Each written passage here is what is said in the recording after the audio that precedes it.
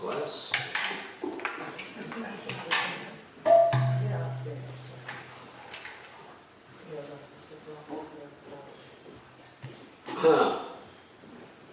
Jaya Radha Madhava Kunya Vihare.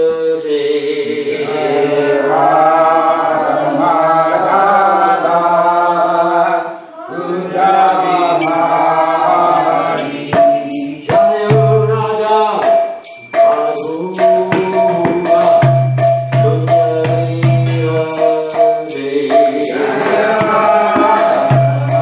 Madhava Kunya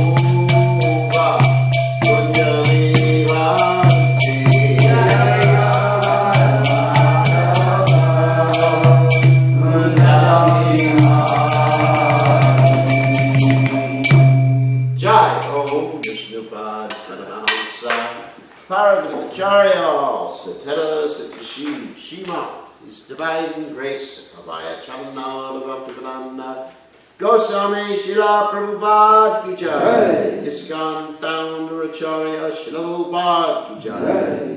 Anandagoti Vaishnava Vrinda ki jai. Namacharya Srila Haridas Thakur ki jai.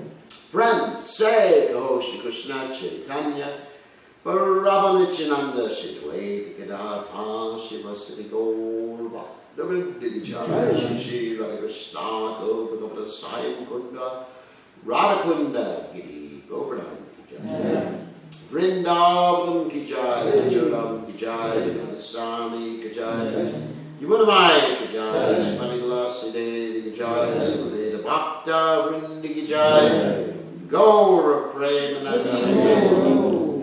All glorious to the assembled devotees, all glorious to the assembled devotees, all glorious to the assembled devotees, all glorious to Shri Guru and Gauranga Shri.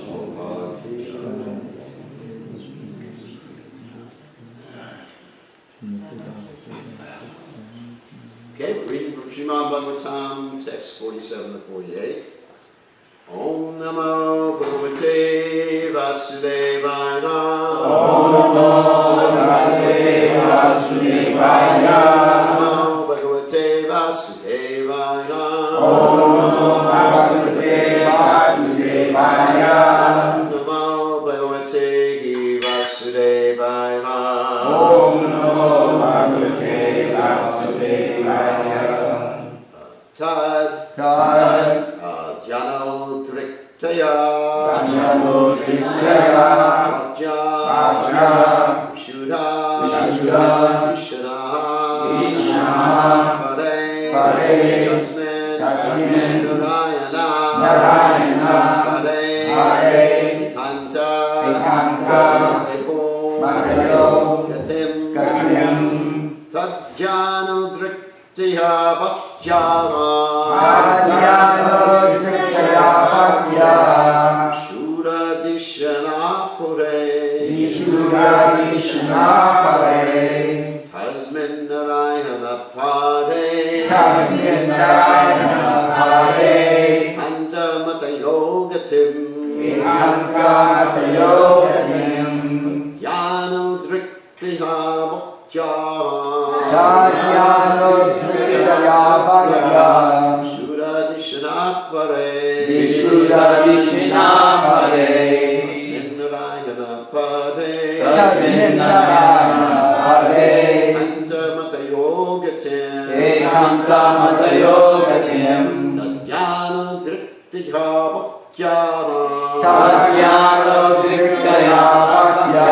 Vishuddha Dishana Pare. Vishuddha Dishana Pare. Tasmin Narayana Pade. Tasmin Narayana Pare. Anta Matayo Gatim. Ekanta Matayo Gatim. Jnano Driktaya Bhajya. Jnano Driktaya Bhajya. Vishuddha Dishana Pare. Vishuddha Dishana Pare. Tasmin Narayana Pade.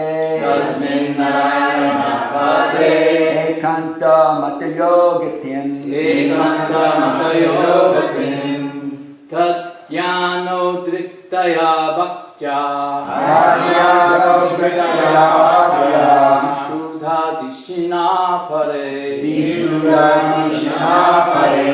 Tasmin Narayana Pade. Tasmin Narayana Pade.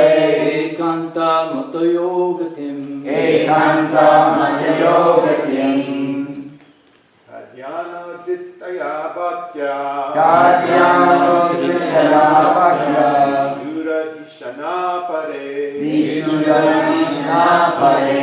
Tasmin Narayana Pade. Tasmin Narayana Pade. Ekanta Matayo Gatim. Ekanta Matayo Gatim. Ladies. Jnano Driktaya Bhajya. Jnano Driktaya Bhajya. Vishuddha Dishana Pare. Vishuddha Dishana Pare. Tasmin Narayana Pare. Tasmin Narayana Pare. Ekanta Matayo Gatim. Ekanta Matayo Gatim. Jnano Driktaya Bhajya. Jnano Driktaya Bhajya. Vishuddha Dishana Pare. Vishuddha Dishana Pare. Tasmin Narayana Pare. Tasmin Narayana Pade. Ekanta Ekanta Matayogatim. Okay.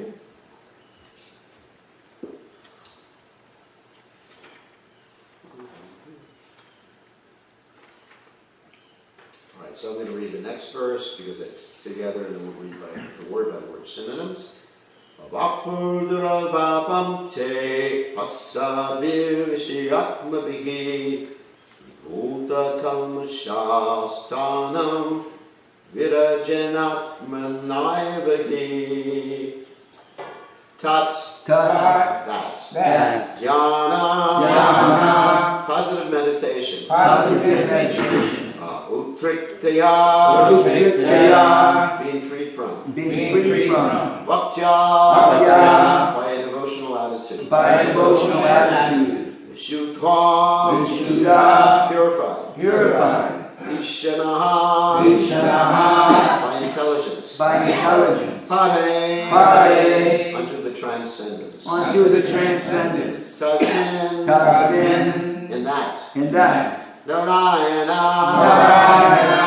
the personality of Godhead Shri Krishna. Pare, unto the lotus feet. Ekanta Matayaha, of those who are fixed in the Supreme, who is one. Gatim, destination.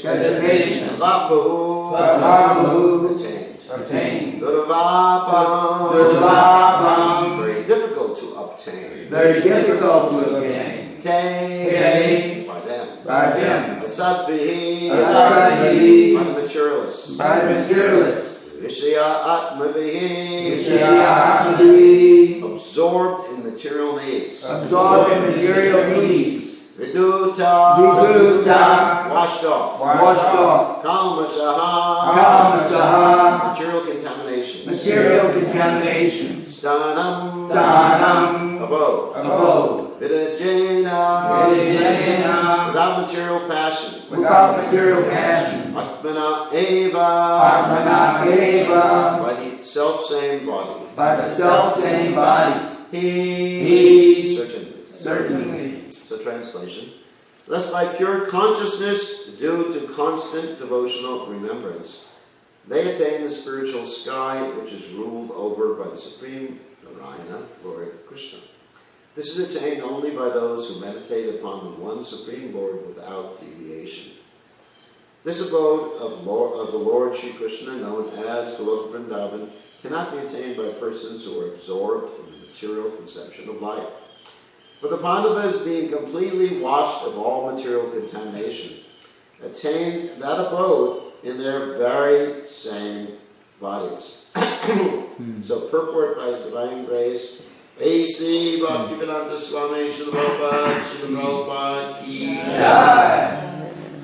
According to Srila Jiva Goswami, a person freed from the three modes of material qualities, namely goodness, passion, and ignorance, and situated in transcendence, can reach the highest perfection of life without change of body. Srila Sanatana Goswami, in his Hari Bhakti Vilas, says that a person, whatever he may be, can attain the perfection of a twice-born Brahmana by undergoing the spiritual disciplinary actions under the guidance of a bona fide spiritual master, exactly as a chemist can turn gunmetal into gold by chemical manipulation. It is therefore the actual guidance that matters in the process of becoming a Brahmin, even without change of body, or going back to Godhead without change of body. Srila Jiva Goswami remarks that the word he used in this connection positively affirms this truth, and there is no doubt about this factual position. The Bhagavad Gita in the 14th chapter, text 26, also affirms this statement of Srila Jiva Goswami, when the Lord says that anyone who executes devotional service systematically without deviation can attain the perfection of Brahmana by surpassing the contamination of the three modes of material nature, and when the Brahman perfection is still more advanced by the self-same execution of devotional service, there is no doubt at all that one can attain the supreme spiritual planet, Goloka Vrindavan, without change of body. as we have already discussed, in connection with the Lord's returning to his abode without a change of body. Om Gadahatsuradandasha Granjana Shlaya Jakshu Tasmai Shigurve Maha. So, just some of them I'm going to clear out. When Prabhupada says, without a change of body, and Krishna says, without a change of body, there's a transformation of the body. It's not, that's really what Prabhupada is referring to. It's not, I certainly do not want to be back in the spiritual world with this body. But, Krishna arranges, the body, as I say, morph. Everyone's familiar with that word, morph, transformation, like that. Because basically it's understood that Krishna's energy is one. And this is very interesting. This is called Shakti Parinam, actually. It's interesting in regard to our whole philosophy, our whole Siddhanta of Krishna consciousness. Shakti Parinam means Krishna has Shaktis. Of course, Krishna, Vishnu Shakti, Para, Prokta, Kshetra, Kirkita, Para, Avidya Karma, Samganya, Chatir, Shakti. Basically, there's three different categories of Shaktis. Vishnu Shakti, Para, Prokta, the spiritual energy. Kshetra, Kirkita, Para, that's us. We're known as Kshetragya. That means the knower of the field. Krishna is also the knower of the field. But in this particular context, we are Tatashta Shakti. Tatashta, let me describe the word Tatashta, it's very interesting. Bhaktivinoda Thakur describes Tatashta not as a specific location, like some people might describe it, but he describes it like the delineation when you're going to the ocean, between the shore and the ocean. It's a line, but it's not really existing because either you're in the shore or the ocean. But it's the division between the shore and the ocean. Do you understand that? And sometimes the ocean, because of the tide, envelops or washes over more of the shore, and sometimes the ocean goes back, when the tide changes. So it's like us. That sometimes we become enveloped by the material energy, and sometimes we become free from the material energy through the process of bhakti, of course. So anyway, so the Tatashta Shakti. So there's three Shaktis: the internal potency, the Tatashta Shakti, which is us, and then also Vidya Karma Samganya, which means ignorant activity Shakti. That means this material world. You got it. So the interesting thing is that all these Shaktis become transformed because Krishna, being all-powerful and also Swarat, independent, has the ability to do this thing called Shakti Parinam. Shakti Parinam means to transform Shakti, which is really interesting. Just like we see, of course, that the Adi Shakti is Srimati Radharani, and Srimati Radharani expands as the gopis, the 8 principal gopis, and the other gopis, the Shaktis, and then expands as the wives of Krishna in Dwarka, and then the Lakshmis, and then you have the further expansion of Durga within this material world, which is really interesting. We were talking about this with a devotee the other day. He said it's described that Lord Brahma creates Saraswati, yet he gets married to her. And then I said, no, that's not true. Because Lord Brahma creates, manifests one of the Saraswatis, the goddess of fortune, and that Saraswati manifests or marries Lord Vishnu, and there's another Saraswati that marries an expansion of that Saraswati who marries Lord Brahma. So there's all these expansions, expansions of expansions of expansions. And here, we're talking about the Pandavas. They're actually expansions of devotees in Goloka Vrindavan. It's interesting, because they're Nityasiddha devotees. So the Nityasiddha devotees in Vrindavan, they expand as the Nitya Parshada devotees in Vaikuntha planets. and they expand as the demigods. This is described in Srimad Bhagavatam, in case you're interested. And they expand in certain incarnations that you have here in this world. I mean, for example, Garuda, the bird carrier of the Supreme Personality of Godhead, he is originally in Goloka Vrindavan as a coward boy. He was Subala Sudama, I forget which one right now. So you have, it's really interesting, you know, the ontological position of all these different personalities. So here's described, you know, the Pandavas entered into Goloka Vrindavan. So generally we hear that Pandavas, their relationship is with Krishna in Hastinapur and, you know, Dwarka, which is in the same mood of Goloka Vrindavan. But we understand that their expansions, when the Pandavas appear on earth, they're expansions of the original personalities in Goloka Vrindavan. And sometimes they expand and sometimes, for lack of a better word, contract.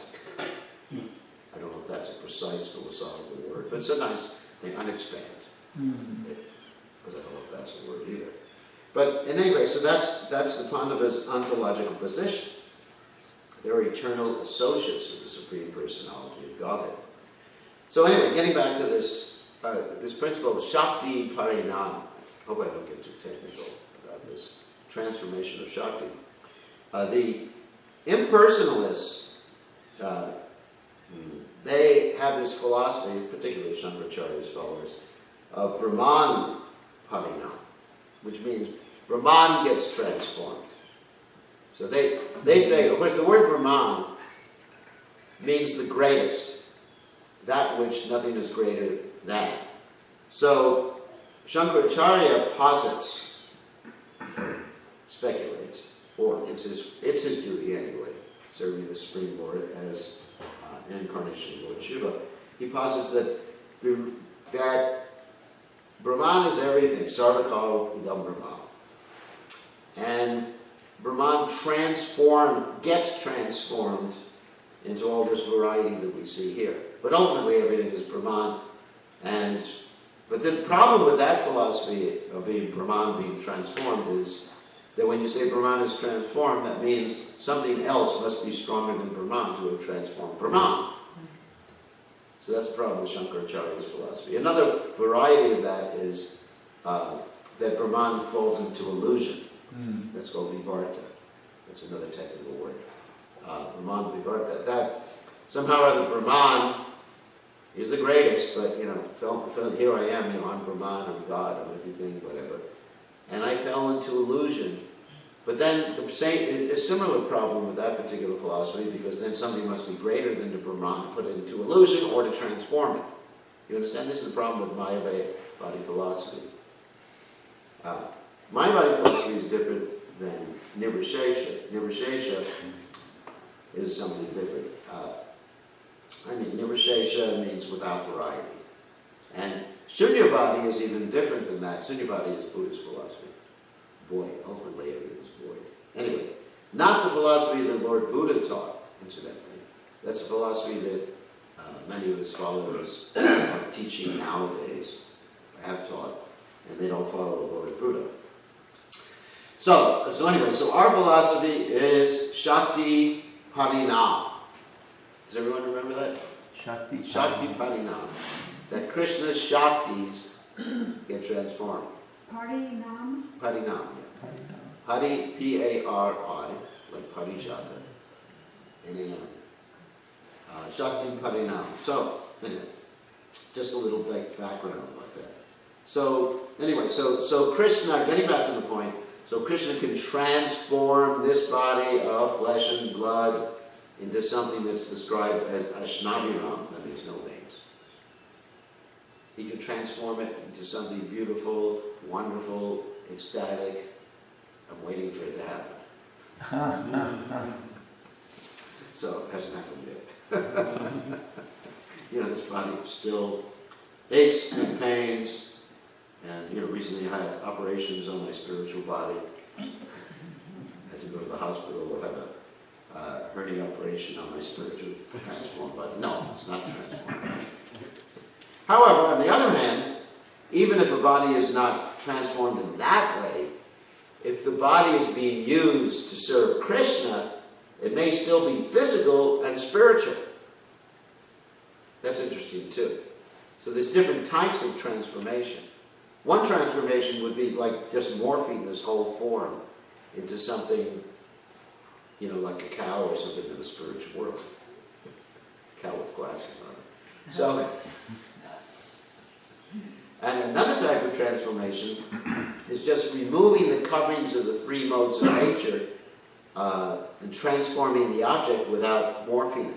Does everyone understand? Sort of like prasadam. Yeah, like prasadam. It doesn't get smoked, but there's a spiritual quality. Or even this microphone, touching the microphone. Because we're using the microphone and the microphone stands for Krishna consciousness. It's not that it gets transformed into something alive that I can talk to. Hello, microphone. But it's spiritualized, just like Prabhupada said, an iron rod being put into fire becomes like fire.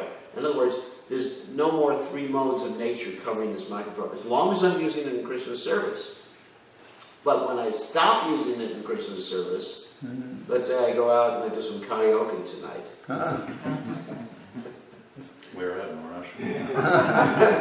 I don't know. I don't know. Maybe Sanjay can tell me that. Well, it depends on what you're saying. Yeah, it depends on what I'm saying. Obviously, I can do my sweet Lord, it's like spiritual. But if I'm singing, actually, just listen to one song the other day, Mother-in-Law. Oh, yeah. That song about mother-in-law. Yeah. I was actually training up a devotee how to relate to his mother-in-law.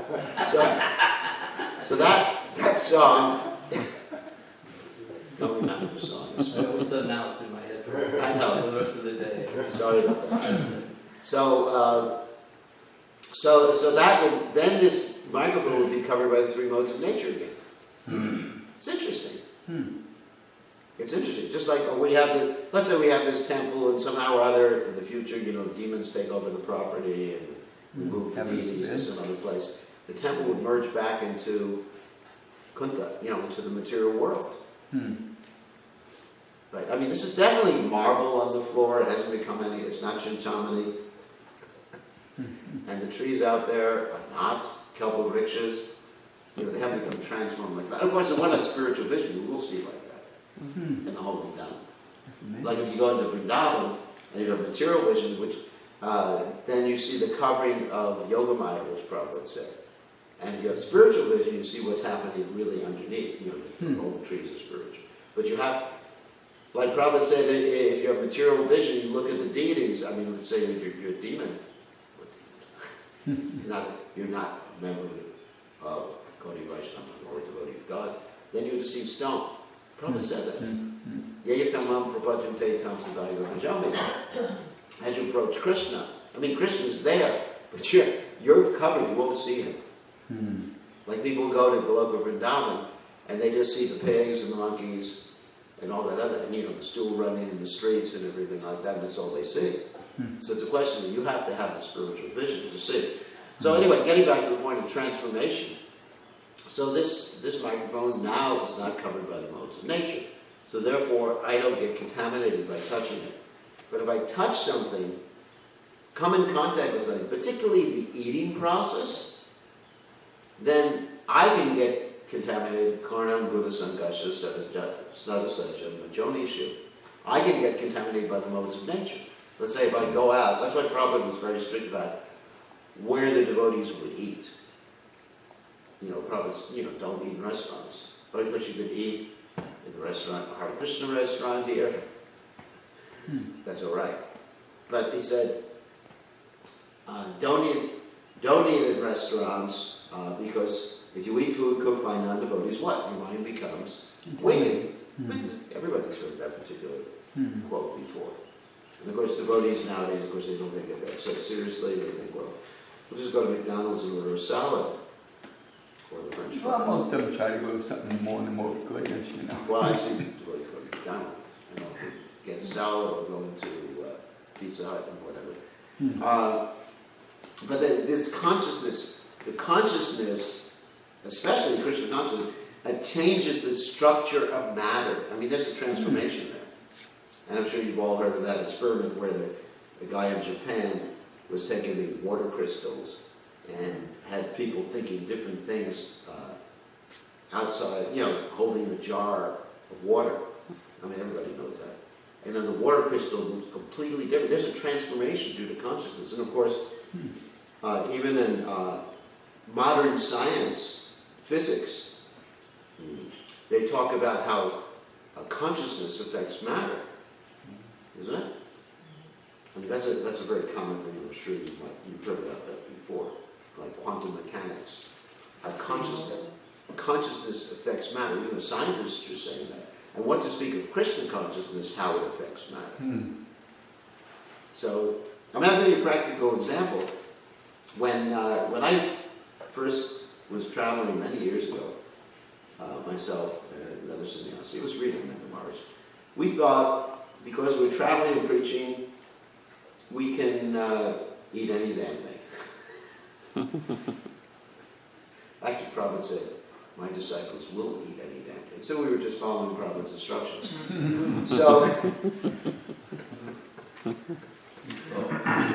So we would go and buy, they had this nice wheat brand called Oro wheat. You may have heard about that before. It's like time nobody should purchase that.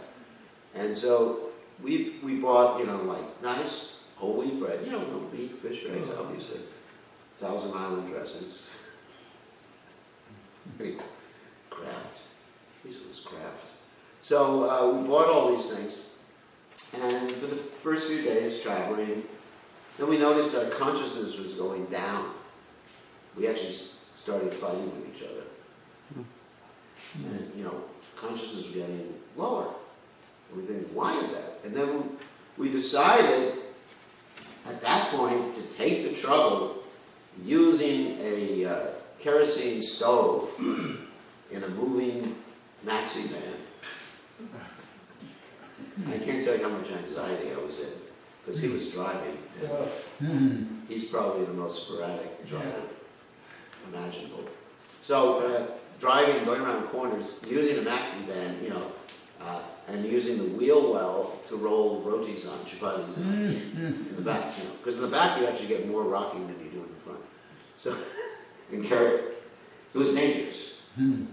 So I remember doing that, but our consciousness went up. Of course, we almost died from the explosion. But anyway, that's another issue. But no, we didn't. Fortunately, Krishna saved us. So, but the consciousness went up because we were eating food cooked by devotees, or aspiring devotees to me. And so it really, matter really gets affected and transformed. It's really a fact.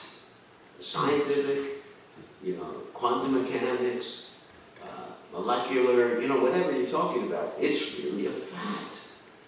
The consciousness, even amongst devotees, we find when someone has a real negative attitude, it really pollutes the atmosphere, doesn't it? Like someone's real critical. You see that sometimes. Instead of looking at the glass being, like Prabhupada said, glass being half full, he said the glass is empty. Like, who's the pure devotee here in Talavana? And you look at the positive thing, and you emphasize the positive thing, and you make plans, of course. He who fails to plan, plans to fail. You make plans to increase things in a positive way. Then things get increased, but then sometimes you get all this negative energy. And people speak. It's a fact. Sound vibration really goes right to the heart. Not only does it transform matter, but Lord Kapila states in the third canto of Bhagavatam, Siddham Prasangam Manaviri Samakapavanti Krit Karna Visaya Yata. And Prabhupada comments in that regard. There's a channel between the ear and the heart. There's a channel. I'm not talking about, some gross channel. But there's a channel. That's why hearing is more important than seeing. Because your consciousness becomes directly affected by hearing something. You see something, all right, it's beautiful. But when you listen, let's say you listen to music, with a spiritual message, hopefully, And then it changes the whole consciousness. You just go, wow.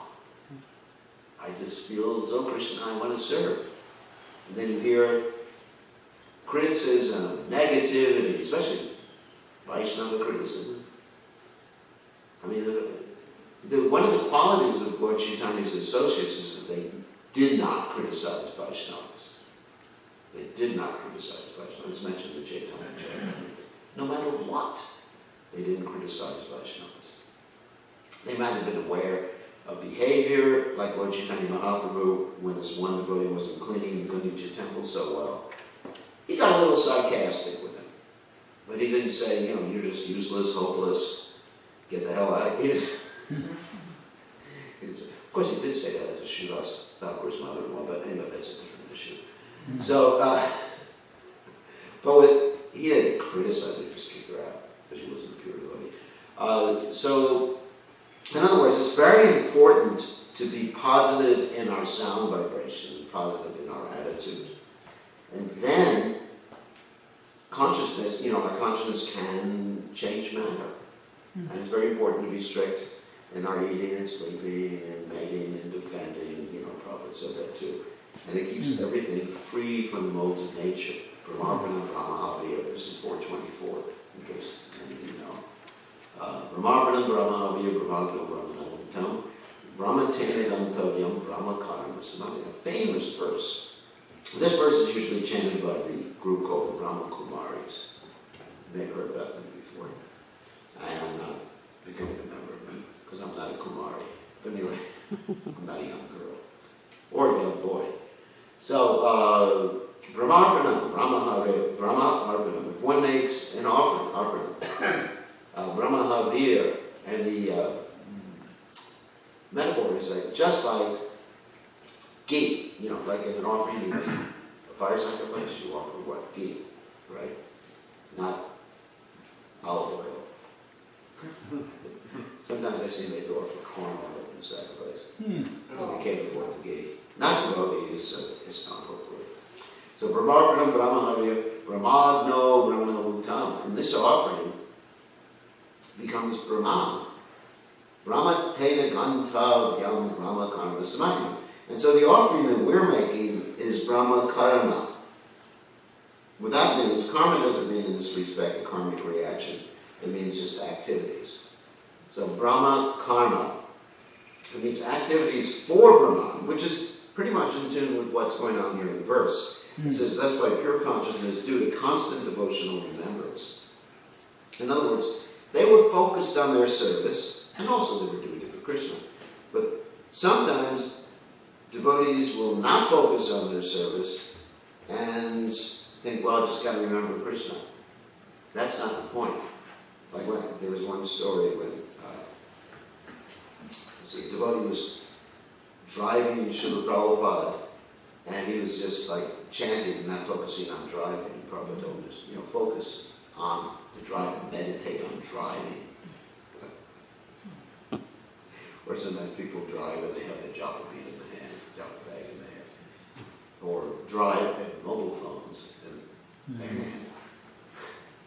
You got to focus on your service. So they were focused on their service, in spite of their service being with the Pandavas, fighting.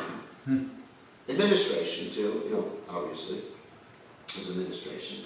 They were focused on their service, and they were also focused on Vaishnava qualities, being compassionate. In the battle, it was a different thing. That was their compassion. Because, of course, everyone who died in the battlefield in Kurukshetra got liberated because they died before Krishna. And in Kurukshetra, which is the holy place, Dharmikshetra, Kurukshetra, Samavedasa, Yusava. So anyway, so they were concentrated on their service, and because they were concentrated on their service and on developing spiritual qualities, and there's an interesting story about that in the Mahabharata. The Mahabharata describes really in detail what happened with the Pandavas when they retired. And of course, the Bhagavatam describes this also, not in so much detail. The Bhagavatam describes that they went to the north. And as when they went to the north, the Mahabharata describes it, one by one, each of the Pandavas passed away. and they passed away due to some perceived fault, which is a pastime anyway. I mean, for example, Bhima passed away because he was gluttonous. He ate more than he should have, other people's portion. Arjuna passed away because he didn't defeat an enemy that he had vowed to defeat in one day. And, he didn't keep his promise. And it was even Kula Sadhu passed away because he thought he was the most handsome guy on earth planet. Anyway, so, and each of the Pandavas passed away, but then the point I'm getting to is Yudhisthira and the Vaishnava quality of compassion.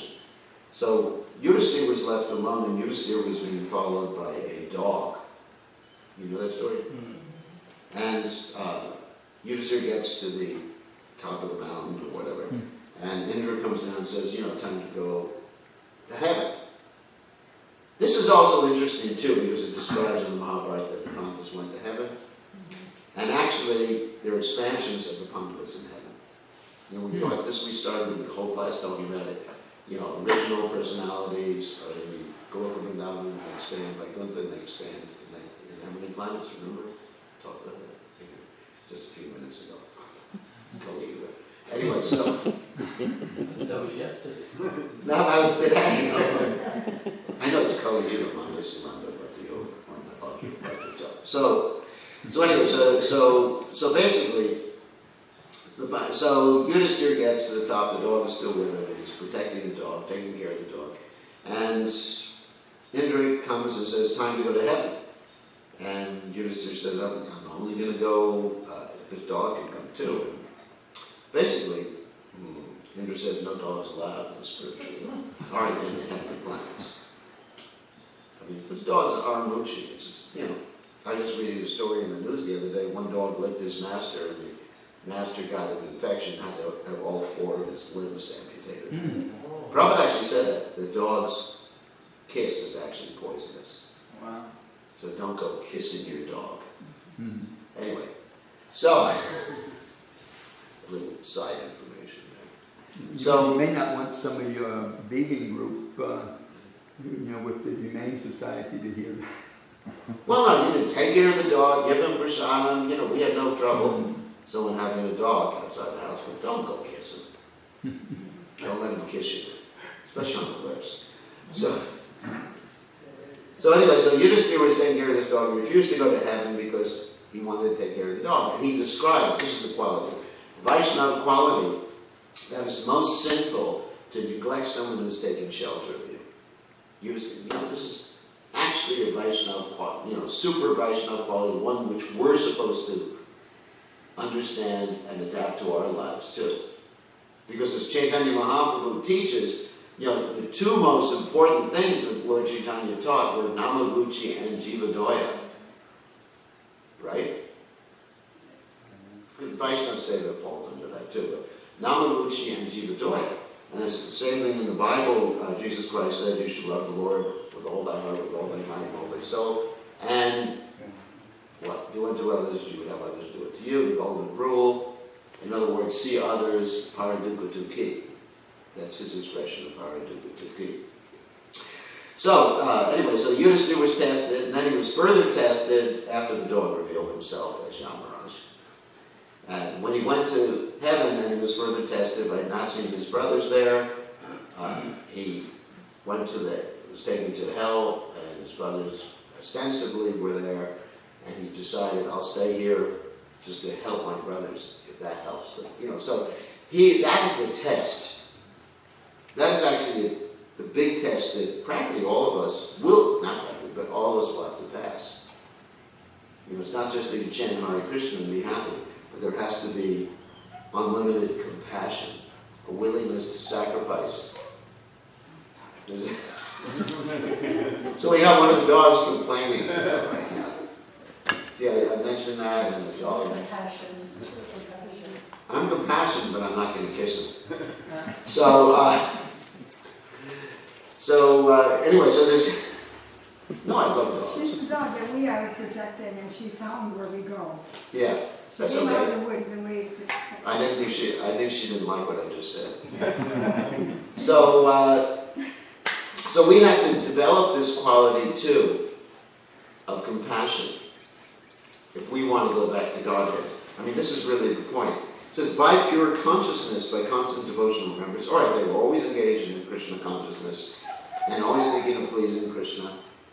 And they always had compassion and love.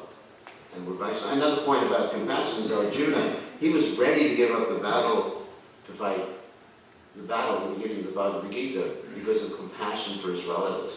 And of course, Krishna smashed him for that, but Prabhupada also said that's a natural Vaishnava quality. It's not that, in that particular case, it was disobedience of Krishna's order. But that natural Vaishnava quality of being compassionate and willing to sacrifice everything, even, not to hurt anybody. I mean, it was a little misguided, pretty misguided in Arjuna's case, but still, he exhibited the softness of the heart that's a natural quality of Vaishnavas. So anyway, because the Pandavas exhibited this, and we understand they're interested in devotees anyway, but because they show the example of exhibiting this, that example is meant for us. The Pandavas are meant to be, one of the reasons we hear about the Pandavas is they're meant to be role models for us. That's one of the reasons. Krishna's not our role model. He's a terrible role model for us. Do not dance with girls in the middle of the night, please. Especially if they're married to someone else. Make sure they're single. So don't dance with girls in the middle of the night. Don't go stealing butter. Don't go pinching babies. Don't go passing urine on. Krishna did pinch babies. Yeah. To make them cry. He also killed his wet nurse. Yeah, he killed his wet nurse. I know. Don't go killing your nurse. I mean, don't go killing a bull. Krishna killed a bull, for sure. So, no matter how bad the bull is. So Krishna doesn't set that particular example for us. Whereas Lord Ram does, actually. But even more so, we find that Krishna's devotees, like the Pandavas, they should be our source of inspiration. Just like when I hear, to me, my main source of inspiration in the Mahabharata is Arjuna. He's just like my hero. And in the Ramayana, it's Hanuman. It's completely devoted. And of course, Lakshman too. There's many other examples. There, of course, Lord Ram being devoted to the truth. So, we hear about these stories so that we can be inspired to be like that. And we hear about Prabhupada, not just because it's a nice story, Prabhupada crossed the ocean, he had 2 heart attacks. No. We hear about, yes, he did do that, but we hear about that, so the main point is what do you do about it? Isn't it? If you don't apply it, knowledge without application does not get realized. You can just tell all this Prabhupada stories until, hell freezes over. But you have to understand, that's our example. We're supposed to be like that. Not imitate. And we won't be exactly like Prabhupada. Obviously, there's no one like Prabhupada. But it's a source of inspiration. So the Pandavas are sources of inspiration for us. So any questions or comments? Yes? Along the lines of compassion, because this is a very delicate thing. When we're dealing with,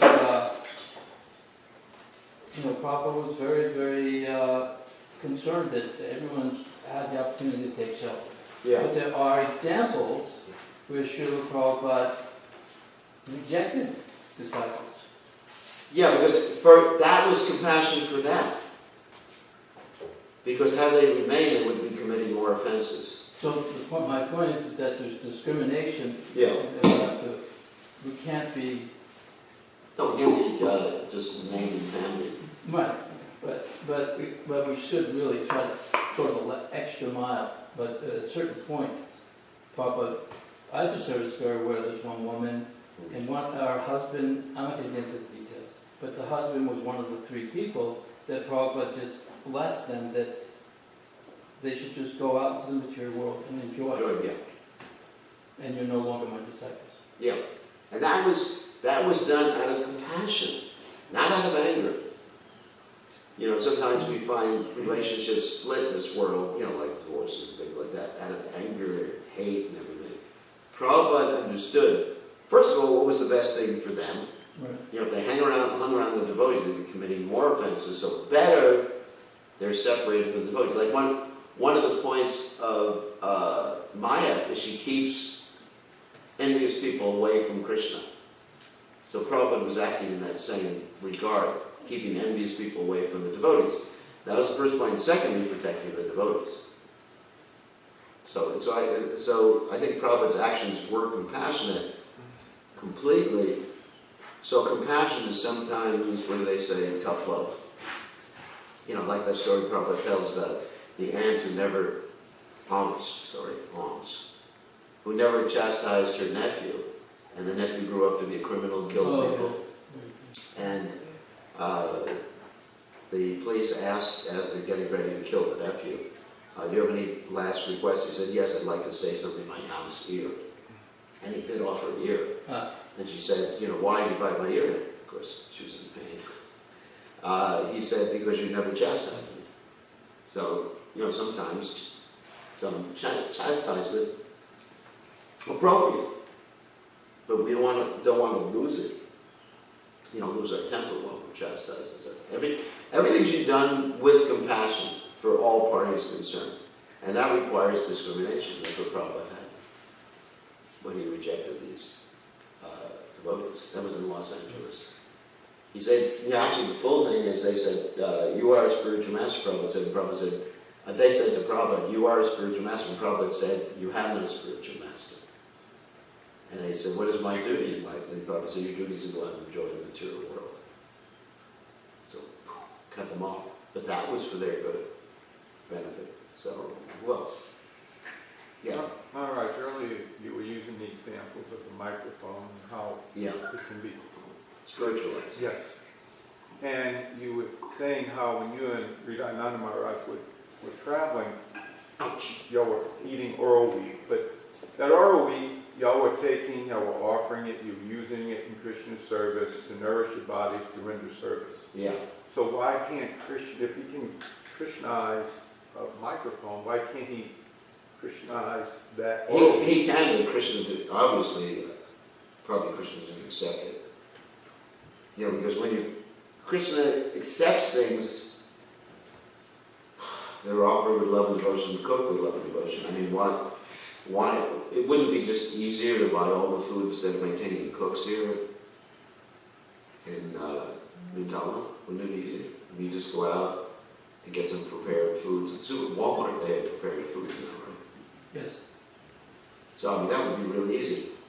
Anyway, in an emergency, yes, it would work, but it wasn't. In other words, Krishna wanted to put us in a particular situation where we would cook things out of devotion for him. If there was another circumstance, I'm sure, where there was no alternative, then it wouldn't have had that same effect on us. But because we had the facility, ability to do it, and Krishna was teaching us many things by that. And you know, our standard of worship got really loose. We used to go to a supermarket and buy a whole bag of groceries and Sri Vishnu the whole bag. I think, you know, that's the whole scenario. It was really loose. And it got to the point where we would offer the whole supermarket. You go to the front of the supermarket and say, my dear Lord Krishna, everything is not me for shreds. Please accept Namaho Vishnu. And the whole supermarket was, I don't know if Krishna actually accepted the whole supermarket. One morning I had a mantra, Om Tat Sat. Oh God, thanks a lot. I don't even know where the Sri Vishnu came from. Yeah, that was before you drank water.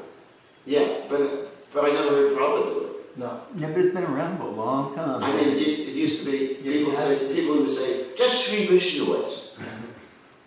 But Prabhupada, that expression, I looked up in the database and, you know, talked to devotees, and Prabhupada never said Sri Vishnu. I don't even know where it came from. Sri Vishnu. We weren't allowed to drink water until we said Shri Vishnu, Shri Vishnu, Shri Vishnu. That's why it wasn't broken. Yeah, I remember the same thing. Everything had to be Sri Vishnu, Sri Vishnu, Sri Vishnu. So one time when my mother was in the temple, I offered the water Sri Vishnu, Sri Vishnu, Sri Vishnu. That was when I was a Vedic devotee. And I spilled the water on the floor. And I thought, right in front of my mother, I thought, you know, this water is none different than Krishna. I had such faith in those days. I got on my hands and knees and started slurping up the water in front of my mother. And she basically almost had a heart attack. Seeing her son, you know, she spent so much time at age, she put him through school, slurping on the floor like a pig. Anyway. Yeah. Maharaj, you were talking about how the Pandavas are actually expansions of the Ashambra, the Vrajvasis. Yes. And that we've been talking about Yudhishthira Maharaj recently. I started wondering, like, how the Lord always comes with this entourage. And like in Chaitanya Mahaprabhu's pastimes, I was wondering, who is Yudhishthira? So I looked it up, and he's actually this devotee Gopinath Patanayaka, who is the son of Bhavananda Rai, Yeah. and the brother of Ramananda. Rai. And then Vaidinath, the son is Dhama, and I forget the names of Nikol and Sadhu. But that just made me, that made me so happy that, you know, everybody's there, they're involved in the Leela, they're, you know, helping the Lord to enact his pastime. So, Bhavananda Roy's wife is Kunti. Ramananda Roy is also described as Vishaka. So he's a divine incarnation. Like Swarup Damodar is Lalita. I mean, it's combined incarnation. It gets pretty fancy. I'm an incarnation of Ravana, so. Well, you wish. You wish, because then you'd be one of the giants. That's true. I'm sorry about that. I just want. Yeah. So, but on another level, there's several. You know, everything is Brahman. Yeah. But also, Prabhupada, like in Mayapur, in the walk, he was saying, Paramatma is everywhere. Yeah, that's He's true. in every atom and in between every atom. That's right. Like this road we're walking. Yeah. So even if, you know, that microphone stand is being used in Maya's service, Still Paramatma is in there, yeah. Paramatma is everywhere. But it's covered with the modes of nature. But That's the difference. the Prabhupada was saying Paramatma. Yeah. That's, Yeah, it's covered with the modes of nature that use in Maya service, but Paramatma is still in every atom. still spiritual energy. I mean, Prabhupada, in one sense, the energy is one, you know, Sarvakaro, Idam Brahman. In one sense, everything is Brahman, but there's also transformations. Right. Yeah. Anyway, the Mayavadis have all these different mantras, which they call Mahavakyas, like Sarvakaro, Idam Brahma, and then Aham Brahmasmi, Tattvamasi, you know, anyway. Yeah. So it's a transformation when the modes of material nature are purified on a microphone. It's not purified like that, right? There's no modes. Where there's no modes. That's a sort of transformation. What sort of transformation is it when you see like a caterpillar come out of a butterfly? That's just the modes. Yeah. So, but I'm. That's I want to compare it to a soul getting rid of the material body and taking like a Vishnu. I mean, that's a good metaphor, but it's completely different category. So what is that category where you transform into like a spiritual body? That's the matter regaining its original spiritual quality, as Prabhupada said. But you know, the form changes because Krishna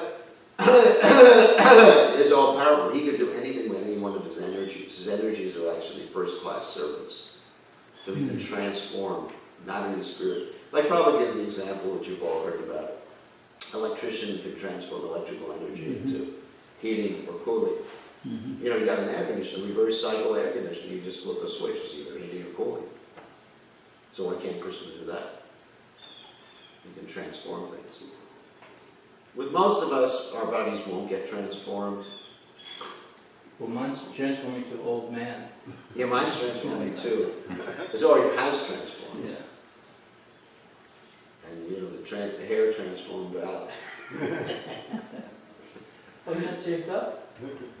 that? You didn't shave up? This Krishna portion, did. this portion I did, this portion I don't have to shave. Okay, I think it's time to end. All glories and divine grace to the Prabhupada.